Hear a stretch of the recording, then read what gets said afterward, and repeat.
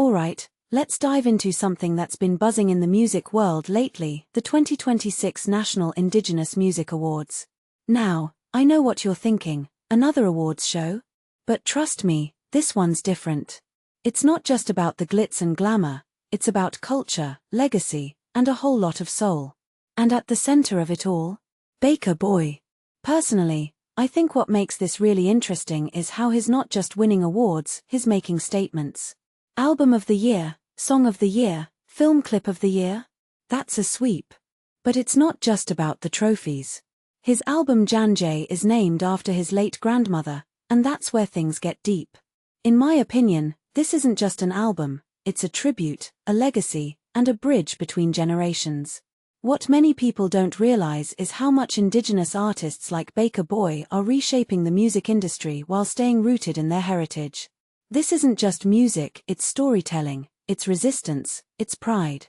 Now, let's talk about Thick Skin, the track that won Song and Film Clip of the Year. Baker Boy wrote this after the Voice to Parliament referendum, and if you take a step back and think about it, that context changes everything. This isn't just a catchy tune, it's a response to a moment in history.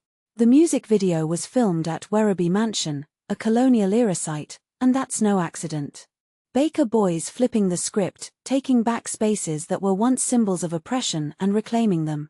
What this really suggests is that art isn't just about expression, it's about power, about saying, "This is my house." And the fact that he collaborated with Indigenous artists like Thelma Plum and Emma Donovan? That's a statement in itself. It's about unity, about amplifying voices that have been marginalized for far too long. One thing that immediately stands out is Baker Boy's evolution from his debut album Gila. Djandjay is heavier, more vulnerable, more unapologetic. He's not just growing as an artist, he's growing as a voice for his community. And that's what makes this win so significant. It's not just about the music, it's about what the music represents. When he dedicates his album to his grandmother, who brought hip-hop to Arnhem Land, it's a reminder of how culture is passed down, how it evolves, and how it endures. This raises a deeper question: how do we honor our roots while pushing boundaries? Baker Boy's answer is clear: you do both, unapologetically. Now, let's not forget the other winners. Birdz and Fred Leone taking home Artist of the Year. That's huge. Their EP Gyra is a testament to how Indigenous music is diversifying, blending traditional sounds with contemporary beats. And Drifting Clouds winning Best New Talent. His synth-driven tracks with Yolengu Matha lyrics are a breath of fresh air. What makes this really interesting is how these artists are not just preserving their culture, they're innovating with it. They're showing the world that Indigenous music isn't a niche, it's a movement. And then there's the Hall of Fame inductions. Marlene Cummins and Saltwater Band. Legends.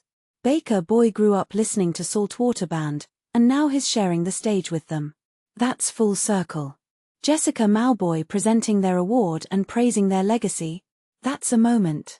What this really suggests is that Indigenous music isn't just about individual success, it's about community, about lifting each other up.